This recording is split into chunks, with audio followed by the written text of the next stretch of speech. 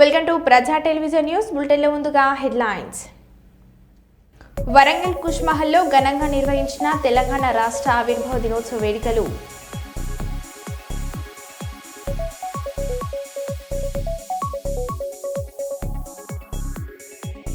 Cold belt area lorry యజమానుల రీలే నిరాహార దీక్ష.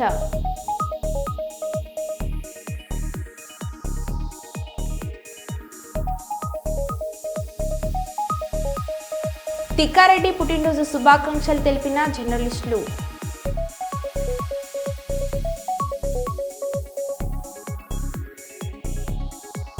IPL cricket బెట్టింగ్లకు పాల్పడుతున్న 7 మంది అరెస్టు, 91 లక్షల నగదు స్వాధీనం.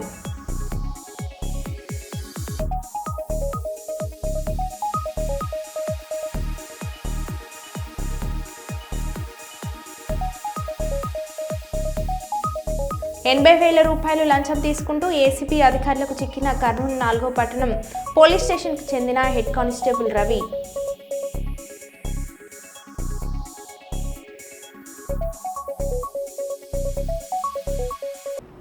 తెలంగాణ ఆవిర్భావ దినోత్సవ వేడుకలు పెద్దపల్లి జిల్లా రామగుండం పారిశ్రామిక ప్రాంతంలో ఘనంగా నిర్వహించారు. ప్రభుత్వ, ప్రైవేట్ కార్యాలయాలతో పాటు సింగరేణి, బొగ్గుగనులపై మువ్వెన్నెల జెండా రెపరెపలాడింది.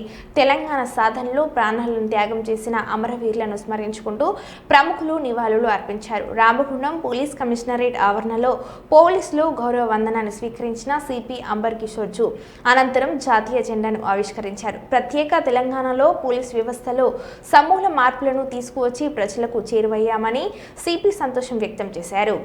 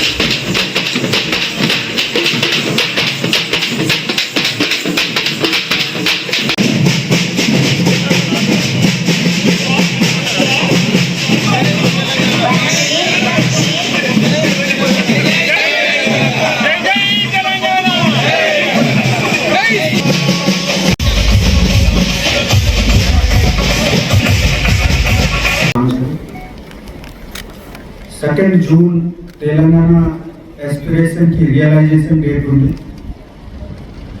ఈ కొత్త రాష్ట్రం మొత్తం 29 స్టేట్స్ లో చూస్తే ఎంత తక్కువ టైంలో ఎంత ముందు వచ్చింది.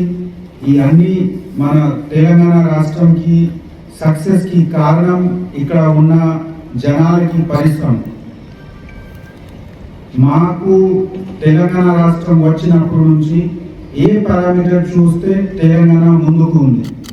ఇదే విధంగా భవిష్యత్తులో కూడా మనము కష్టపడి పని చేస్తే పబ్లిక్ వెల్ఫేర్ మీద ఫోకస్ చేసి, సపోజ్ పోలీస్ డిపార్ట్మెంట్ వైపు మేము చాలా మంచి పని చేసి టెక్నాలజీ ఇంటిగ్రేషన్ ద్వారా పబ్లిక్ సర్వీసెస్ ఎట్లా హెసల్ ఫ్రీగా ప్రొవైడ్ చేయాలి ఆ విషయం మీద ఫోకస్ చేయడం జరిగింది.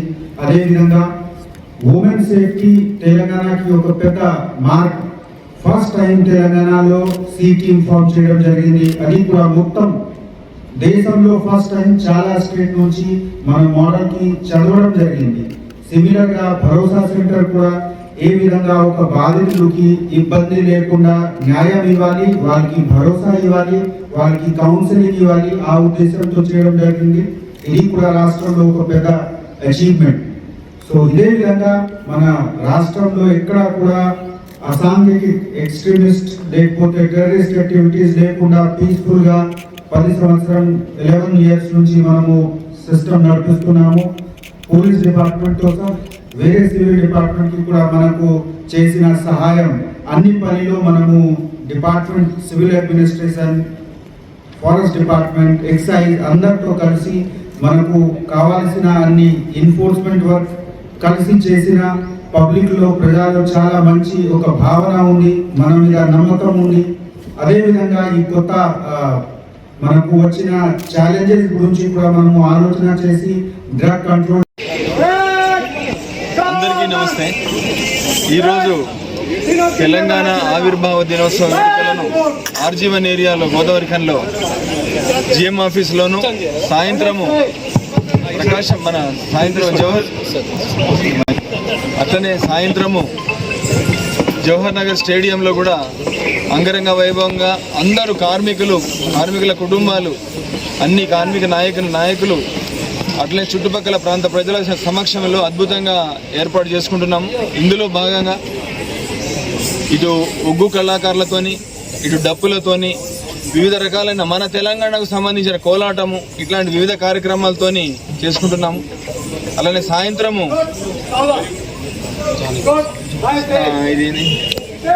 ఈ యొక్క తెలంగాణ ధూమ్ధామ్ కార్యక్రమాలు ఎవరైతే ఉన్నారో వాళ్ళ సమక్షంలో కార్యక్రమాలు ఏర్పాటు చేసుకున్నాము. దీని అన్నిటికీ అందరూ వచ్చి ఇందులో భాగమై మన తెలంగాణ 60 ఏళ్ల కృషి తర్వాత వచ్చిన తెలంగాణ, ఈ 4 కోట్ల యొక్క తెలంగాణ గొంతుకలను మనందరి గొంతుకలతో కలిపి దీనిలో Pawan coffee help hotel open. Pawan coffee హెల్ప్కి వచ్చి ఆతిథ్యాన్ని స్వీకరిస్తే మీ ఆలోచనలన్నీ మెరుగ్గా ఉంటాయని పవన్ కాఫీ హెల్ప్ షాప్ యజమాని పవన్ తెలిపారు. కర్నూలు నగర జాతీయ రహదారి పక్కన రాఘమయూరి పక్కన పవన్ కాఫీ హెల్ప్ హోటల్ను మంత్రి టీజీ భరత్ ప్రారంభించారని పవన్ చెప్పారు.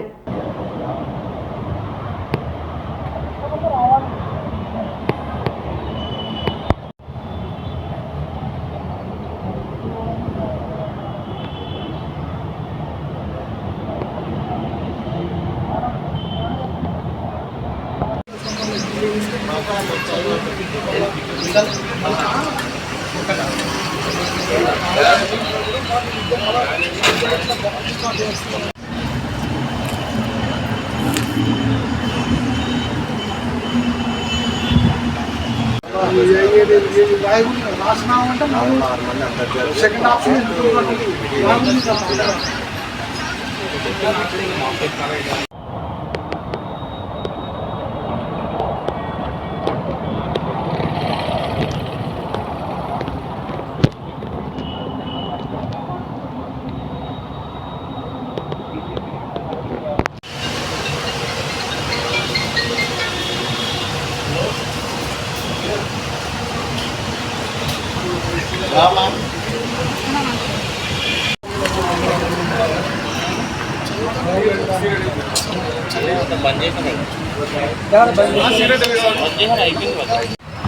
నమస్కారం అండి.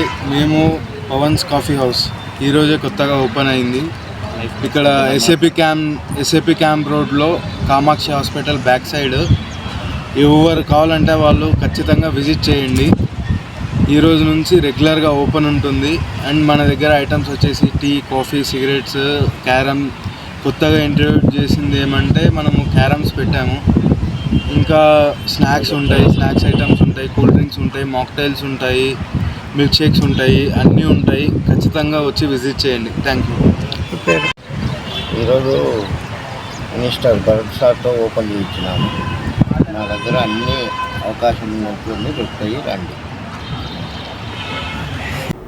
మంచిర్యాల జిల్లా సిసిసి నాస్పూర్ తీగల్పాడు గోదాం దగ్గర cold belt area lorry owners welfare association యజమానులు ధర్నా కార్యక్రమాన్ని చేపట్టారు.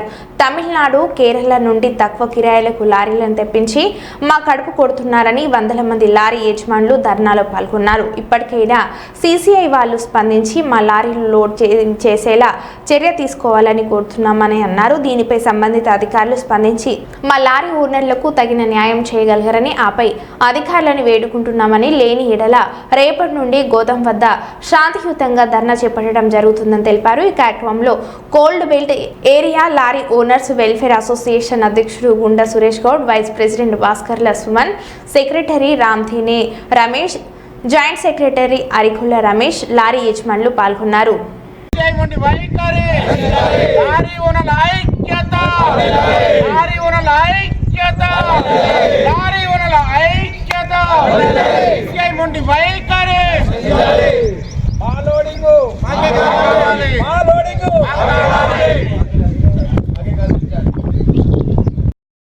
మాకు కల్పించాలని కోరుకుంటున్నాం.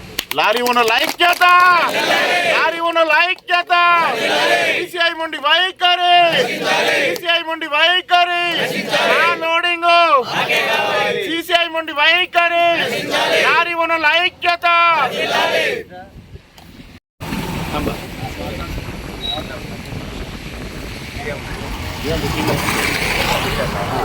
మరి పుస్తకం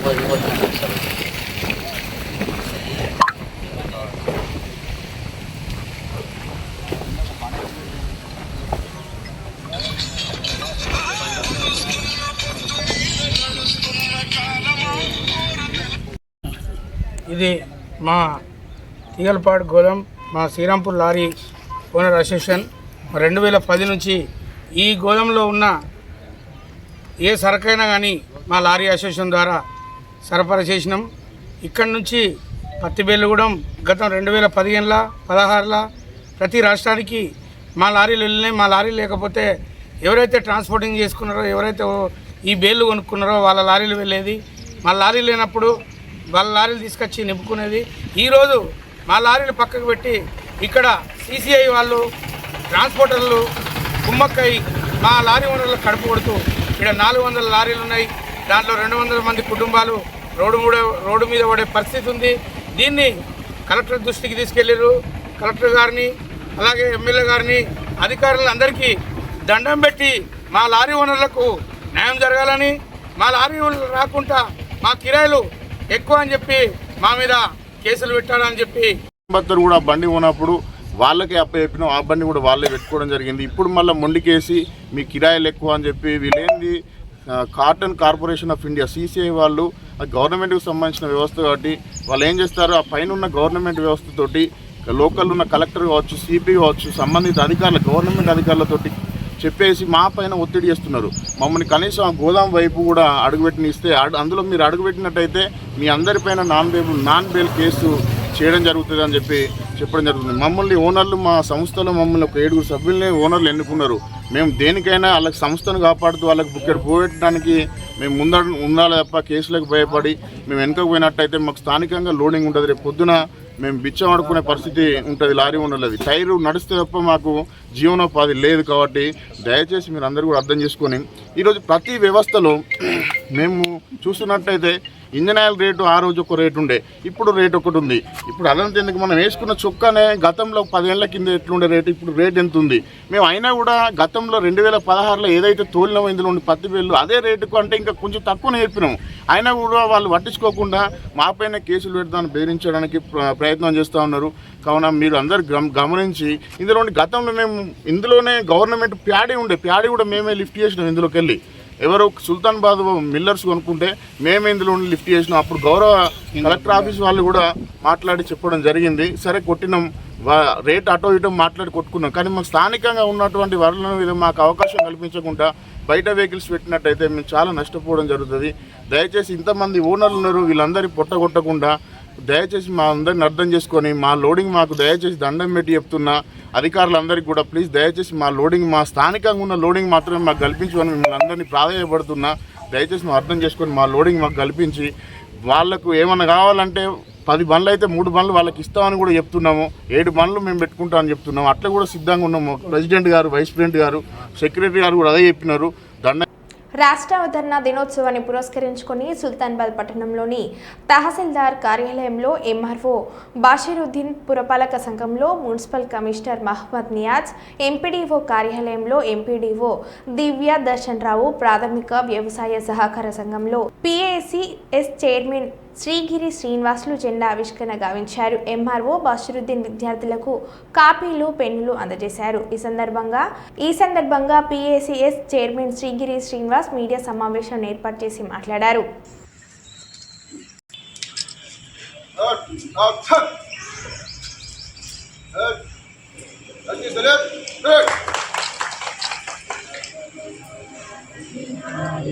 जय हे भारत भाग्य पंजाब सिंध गुजरात मराठा द्राविड उत्कल बंगा ఇంద్రియ హిమాచల యమునా గంగా.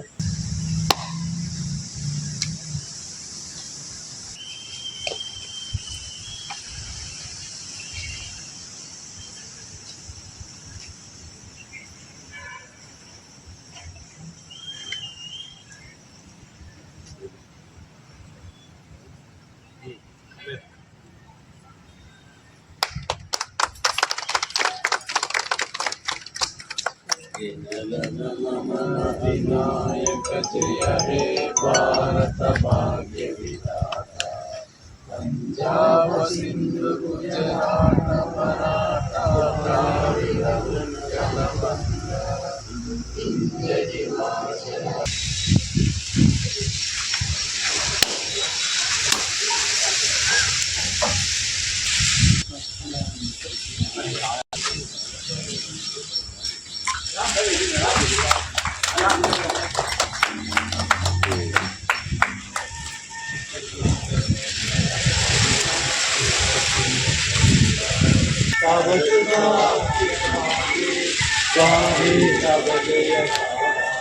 జన మంగళదాయక జయ హే భారత భాగ్య విధాత జయ.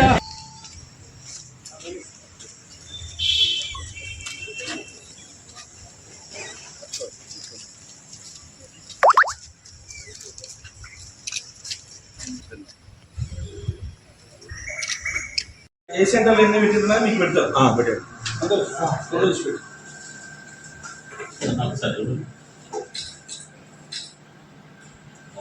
శుభాకాంక్షలు తెలియజేస్తూ ఇలా సుల్తానాబాద్ సొసైటీ వడ్ల కొనుగోలు కేంద్రం వడ్ల కొనుగోలు వ్యవహారంలో ఇలా పెద్దలు గౌరవనీయులు ఎమ్మెల్యే గారి ఆదేశానుసారం మేము సుల్తానాబాద్ సొసైటీ పరిధిలో 10 సెంటర్లను నిర్వహించడం జరిగింది. ఇందులో పూర్తిగా పారదర్శకంగా 1-2 ప్రకృతి వైపరీత్యాల దృష్టి తప్పించి ఎలాంటి అవకతవకలు లేకుండా మా సిబ్బంది పూర్తి స్థాయిలో పారదర్శకంగా నిర్వహించారు. దీనికి సహకరించిన పెద్దలు ఎమ్మెల్యే గారు శ్రీ చింతకుంట విజయరామారావు గారికి ప్రత్యేక ధన్యవాదాలు తెలియజేస్తూ, అదేవిధంగా రైతులకు దాదాపు 24-48 గంటల లోపట్నే పైసలు పడడానికి సహకరించిన గౌరవనీయులు కలెక్టర్ గారు శ్రీహర్ష గారికి, మరియు అదేవిధంగా మా సహకార శాఖ అధికారులకు, సివిల్ సప్లై అధికారులకు, మరియు మార్కెటింగ్ అధికారులకు, సహకరించిన పత్రికా విలేకరులకు, మా సిబ్బందికి, ఇందులో పాల్గొన్న రైతులకు అందరూ కూడా పేరు పేరున ధన్యవాదాలు తెలియజేస్తూ, ఇలా ఏదైతే ఉందో ప్రజాప్రభుత్వం, ఇలా పూర్తి స్థాయిలో ప్రజాప్రభుత్వంలో ప్రతినిధి అయిన చింతకుంట విజయరామారావు రైతు పక్షపాతిగా పూర్తి స్థాయిలో రైతు పక్షపాతిగా వ్యవహరిస్తూ, రైతుకి ఎక్కడ చిన్న ఇబ్బంది అయినా కానీ వారు స్వయంగా సంప్రదించి సాల్వ్ చేస్తూ ఉన్నారు. ఇది రైతులకు వినలేని సేవగా మేము భావిస్తూ ఉన్నాం. ఇవాళ అదేవిధంగా ప్రభుత్వం కూడా రైతులకు గతంలో కానీ ఇప్పుడు కానీ బోనస్ వేసి రైతులకు పెద్ద ఎత్తున సహకరిస్తూ ఉన్నారు. అదేవిధంగా ఇప్పుడు ఈ సంవత్సరం వినలేని పంట, అంటే రైతు ఊహించని పంట వచ్చింది. దీనికి కూడా రైతులకు అందరూ సంతోషంగా ఉన్నారు. రైతుల పక్షాన మేము కూడా ప్రభుత్వానికి మా పాలకుల పక్షం నుంచి కృతజ్ఞతలు తెలియజేస్తూ, ఈసారి మేము మా సొసైటీ పరిధిలో 1,50,00,000 క్వింటాల వడ్లను సేకరించడం జరిగింది. ఇది మొదటిసారి ఇంత పెద్ద ఎత్తున ధాన్యాన్ని సేకరించడం అనేది తెలియజేస్తాను. జనగామ జిల్లా దేవరూపల మండల కేంద్రంలోని కాంగ్రెస్ పార్టీ కార్యాలయంలో అమరవీరుల త్యాగఫలం 4 కోట్ల ప్రజల చిరకాల స్వప్నం తెలంగాణ రాష్ట్ర ఆవిర్భావ దినోత్సవ వేడుకలో స్థానిక నాయకులతో కలిసి అమరవీరులకు నివాళులర్పించి జాతీయ జెండా ఆవిష్కరించి రాష్ట్ర ప్రజలందరికీ శుభాకాంక్షలు తెలిపిన పాలకుర్తి ఎమ్మెల్యే యశస్విని రెడ్డి రాష్ట్ర సహకారం కోసం ప్రాణాలను అర్పించిన అమరులందరికీ నివాళులను అర్పించారు. వారు రాష్ట్రానికి చేసిన సేవలను స్మరించుకున్నారు. వారి వెంట తెలంగాణ ఉద్యమకారులు, పార్టీ సీనియర్ నాయకులు, కార్యకర్తలు, స్థానిక ప్రజలు తదితరులు ఉన్నారు.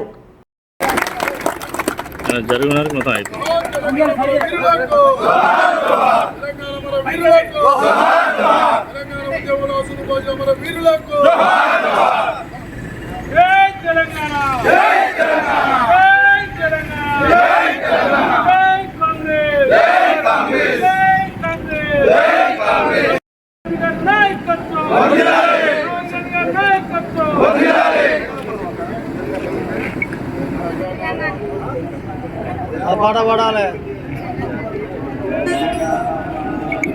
తప్పు తప్పు తప్పు వెనుకడిది అది పాడాలి.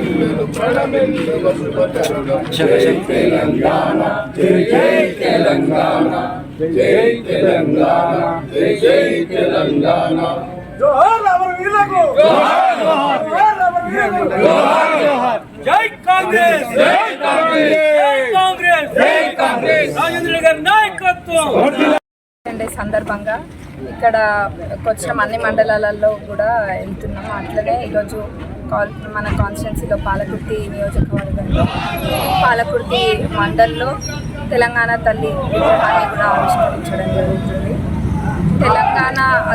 అసలు తెలంగాణ ఆ రోజు తెలంగాణ ఏర్పడ్డప్పుడు 1200 మంది బిడ్డల బలిదానం పైన తెలంగాణ ఏర్పాటైంది. కానీ దాని తర్వాత అసలు వాళ్ళకి ఎటువంటి గుర్తింపు కానీ వాళ్ళ కుటుంబాలను పట్టించుకున్న వాళ్ళు కానీ లేదు. కానీ మా ప్రభుత్వం అధికారంలోకి వచ్చినాక అన్నీ కూడా చూసుకుంటూ అట్లనే ప్రతి చోట తెలంగాణ అస్తిత్వం కనిపించే విధంగా తెలంగాణ గీతాన్ని కూడా మీరు చూసిండ్రు. తెలంగాణ గీతాన్ని కూడా కాంగ్రెస్ ప్రభుత్వం అధికారంలోకి వచ్చినాకనే అది పెట్టడం జరిగింది. ప్రతి తెలంగాణ పౌరుడి పోరాటమే ఈరోజు ఈ తెలంగాణ వచ్చింది. అందరూ ఇదే విధంగా ముందుకెళ్తూ తెలంగాణకు ఆ రోజు ఏదైతే నీళ్లు నిధులు నియామకాలని చెప్పి తెలంగాణ తెచ్చుకున్నామో అవి గతంలో రాలేదు. ఇప్పుడు మన ప్రభుత్వంలో ఉద్యోగాలు ఏర్పడ్డ మొదటి సంవత్సరంలోనే 55,000 పైన ఉద్యోగాలు కూడా ఇవ్వడం జరిగింది. ఇప్పుడు రాజీవ్ యువ వికాస్ అయినా ఏవైనా కానీ నీళ్ళు కూడా వాళ్ళ లెక్క కాళేశ్వరం అని చెప్పి కూలేశ్వరము ఇవన్నీ చేసే పెద్ద వాళ్ళలాగా చేసే ఆలోచన కాదు. తక్కువ డబ్బుతోటైనా ఎక్కువ ఆయకట్టు ఏది వస్తుంది, ఏది ఎక్కువ జనాలకు ఉపయోగపడుతుంది అన్న ఆలోచనతో మన ప్రభుత్వం ముందుకెళ్తుంది. అన్నీ కూడా తెలంగాణ అన్నిటికన్నా ముందు మాట్లాడాలంటే తెలంగాణ ఇచ్చింది సోనియమ్మ. ఆ రోజు తెలంగాణ ఇస్తే తెలంగాణలో ఆంధ్రాలో పార్టీ లేకుండా పోతుందని తెలిసి కూడా తెలంగాణ ఇచ్చిండ్రు. తెలంగాణ బిడ్డల కోరిక ప్రకారం తెలంగాణ ఇచ్చిండ్రు. ఆ సోనియమ్మకి తెలంగాణ ప్రజలందరి తరఫున ముఖ్యంగా మా పాలకుర్తి ప్రజల తరఫున థ్యాంక్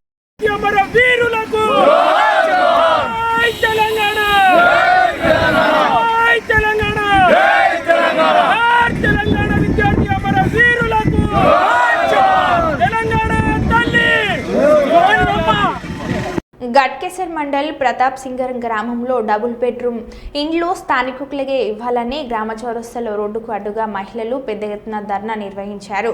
కొందరు కాంగ్రెస్ నాయకులు ఇల్లు ఉన్న వారికే డబుల్ బెడ్రూమ్ కేటాయిస్తున్నారని, ఇల్లు లేని మేము ఏం కావాలని అధికారులు స్పందించి లేని వారికి ఇల్లు కేటాయించాలని ధర్నా నిర్వహించారు. కవిత చెప్పిన మాట ప్రతాప్ సింగారంలో తేట తెలమైంది. బీఆర్ఎస్ బీజేపీ ఒకటే అని ఎమ్మెల్సీ కల్వకుంట్ల కవిత చెప్పిన మాట మేడ్చల్ జిల్లా గట్కేసర్ మండలం ప్రతాప్ సింగారంలో తేట తేలమైంది. స్థానికుల్లో డబుల్ బెడ్రూమ్ కావాలని బీజేపీ టీఆర్ఎస్ కలిసి ధర్నా చేయడంతో స్థానిక గ్రామస్తులంతా సొంత పార్టీ నేతలే అవాక్కయ్యారు. బీజేపీ మేడ్చల్ ఎమ్మెల్యే కంటెస్టెంట్ ఏనుగు సుదర్శన్ రెడ్డి, బీఆర్ఎస్ మాజీ సర్పంచ్ శివశంకర్ కలిసి ధర్నా పాల్గొన్నారు.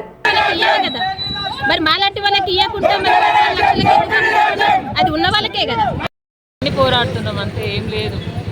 లేని వాళ్ళకి తీసేయమని మేము అడగలేదు. వాళ్ళు లేనివని సృష్టించి వాళ్ళతో మాట్లాడిపిస్తున్నారు, కానీ అవన్నీ నిజాలు కావు. వాళ్ళకే తెలియాలి మేము మాట్లాడింది ఏందనేది వీడియోలో రికార్డ్ అయ్యి ఉన్నది కదా. మేము లేని వాళ్ళ కోసమే కొట్లాడుతున్నాం, ఉన్న వాళ్ళే తీసేయమని అడుగుతున్నాం అంతే తప్పే. మరి లేని వాళ్ళే తీసేయమని మేము అనలేదు కదా. మీరు అప్లై చేసిరా? చేసినాం. మా కోసం కాదు, ప్రజల కోసం కొట్లాడుతున్నాం మేము. 40-50 మందికి మాత్రమే లేకుండా ఫీజు పడ్డప్పుడు నా ఇల్లు పోయింది. మరి నాకేమన్నా ఇవ్వాలనా వద్దా సార్ చెప్పుర్రి. ఇస్తానే కోటగుట్ట గొలిచిచ్చాడు. మళ్ళీ మాకు పైసలు లేక కట్టుకోక ఎంత సిరువై దోలాడు తవ్వుతుంటే ఉన్నాడు. మళ్ళీ కావాలని పిలిపించి నీకు కాగితం ఇచ్చిందా నేను చూపించినా కానీ కాగితం తీసుకొని రాపో అని డబుల్ బెడ్రూమ్ ఇస్తాడమని ఊరుకున్నాం. 2 ఏళ్ళ సార్ 25 ఏళ్ళ సార్. మరి 25 ఏళ్ళ సార్ మేము ఏడుండాలి సార్ చెప్పుర్రి. మీకు లేదు ఇల్లు లేదు? ఇల్లు లేదు. నాకుంది ఇల్లు. నా కొడుకులు 2 ఏడుంటారు. ఉన్న ఇంట్లో నేనున్నా. నా కొడుకులు కిరాయికుర్రు. వాళ్ళు అప్లై చేసుకురా? 2 కొడుకులు చేసుకురా? 2 కొడుకులు ఇంట్లో చేసుకుని ఇస్తలేరు. మరి ఎట్లా చేయాలి సార్? మేము ఏడు ఉండాలి. నాకు జాగ ఇయ్యండి. నాకు డబుల్ బెడ్రూమ్ లేకున్నా సరే నా కొలిచిన జాగానే కావాలి. ఆయన మా ఆయనకు పక్షవాతం వచ్చింది. నెత్తికి ఆపరేషన్ అయింది. ఇల్లు లేదు మాకు. డబుల్ బెడ్రూమ్ రాలేదు. మా ఆయన పని చేయడు. పింఛన్ అప్లై చేస్తే పింఛన్ కాయిదాలు ఎట్లా చేసిర్రు. మాకు లేదు, ఇల్లు లేదు, ఏమీ లేదు. మా ఆయన పని చేయడు. నేను చేస్తేనే బతుకుతాం ఇద్దరం. మేమా 10 సంవత్సరాలు అవుతుంది. ఇదే ఊరు కానీ ఆయన కష్టం చేయడు. 5 సంవత్సరాలు అవుతుంది. మీ ఆయన పని చేయక 10 సంవత్సరాలు అవుతుంది. పక్షవాతం వచ్చింది సార్. ఓకే. ఇప్పుడు మీకు ఇల్లు అప్లై చేసుకున్నాం కానీ రాలేదు. మాకు లిస్ట్లో కూడా రాలేదు. పింఛన్కి కాగితాలు పెట్టిరు. కాగితాలు ఎక్కడో పడేసిరు. గ్రామ పంచాయతీ సార్. మాకు కూడా ఇల్లు లేదు సార్. మేము కిరాయి ఇంట్లో ఉంటున్నాము. మీ పేరు చెప్పమ్మా? పెళ్ళి 30 ఏళ్ళు అవుతుంది. పుష్పలత నా పేరు. ఊరు పుష్పలత. నా పెళ్ళి 30 సంవత్సరాలు. నాకు ఇల్లు లేదు. కిరాయి ఇంట్లో ఉంటున్నా. ఎంక్వైరీ చేసి ఇల్లు ఇవ్వాలి మాకు. ఖచ్చితంగా మాకు ఇల్లు కావాలి. డబుల్ బెడ్రూమ్ మేము అప్లై కూడా చేసినాము. మాకు ఎందుకు ఇయ్యారు ఇల్లు? మరో బులెటిన్లో మళ్ళీ కలుద్దాం. Stay tune.